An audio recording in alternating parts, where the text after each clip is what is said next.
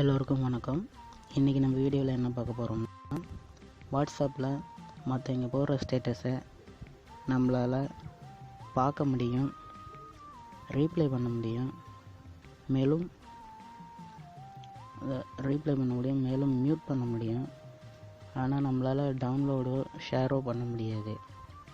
ஆனால் ஒரு சின்ன ட்ரிக் மூலமாக அந்த டவுன்லோடும் ஷேரும் பண்ணலாம். அது எப்படின்னா, உங்களோட ஃபைல் மேனேஜருக்கு போங்க. ஃபைல் மேனேஜரில் இன்டர்னல் ஸ்டோர் கொடுங்க. இன்டர்னல் ஸ்டோரில் வாட்ஸ்அப்னு இருக்கு இல்லைங்களா, அதை கொடுங்க. வாட்ஸ்அப்பில் மீடியா கொடுத்ததுக்கப்புறம் இந்த 3 டாட் இருக்கு இல்லைங்களா ஆப்ஷன், அதை கிளிக் பண்ணுங்கள். ஷோ ஹிடன் ஃபைல்ஸ்ன்னு இருக்கு இல்லைங்களா, அதை கிளிக் பண்ணுங்கள். அதை கிளிக் பண்ணிங்கன்னா மறைஞ்ச இந்த ஃபைல்ஸ் எல்லாம் ஓப்பன் ஆயிரும். இது இப்போ பார்த்தீங்களா, ஸ்டேட்டஸ்னு ஒரு ஆப்ஷன் வந்திருக்கு, அதை கிளிக் பண்ணுங்கள். இது வரலும் போட்ட ஸ்டேட்டஸ் எல்லாமே இங்கே ஷோ ஆக ஆரம்பிக்கும்.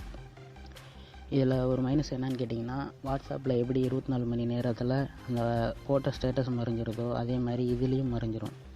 அது மறைகிறதுக்கு முன்னாடி நம்ம இதை டவுன்லோட் பண்ணிக்கணும். அது எப்படின்னா, லாங் ப்ரெஸ் பண்ணி காப்பி பண்ணிக்கோங்க.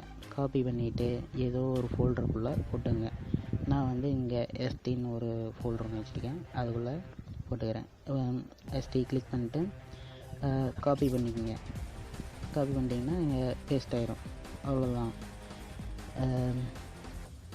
இது மாதிரி எத்தனை ஸ்டேட்டஸ் இருந்தாலும் சரி, அவங்களோட டைம் முடிகிறதுக்குள்ளே நம்மளால் டவுன்லோட் பண்ணிக்க முடியும், ஷேர் பண்ணிக்க முடியும். எப்போ வேணாலும் நம்மளால் பார்த்துக்க முடியும். இது ஒரு சின்ன தகவல் தான். நிறைய பேருக்கு தெரிஞ்சிருக்கலாம், தெரியாமலும் இருக்கலாம். தெரிஞ்சவங்க தெரியாதவங்களுக்கு கற்றுக் கொடுங்க. கற்போம், கற்பிப்போம். நன்றி, வணக்கம்.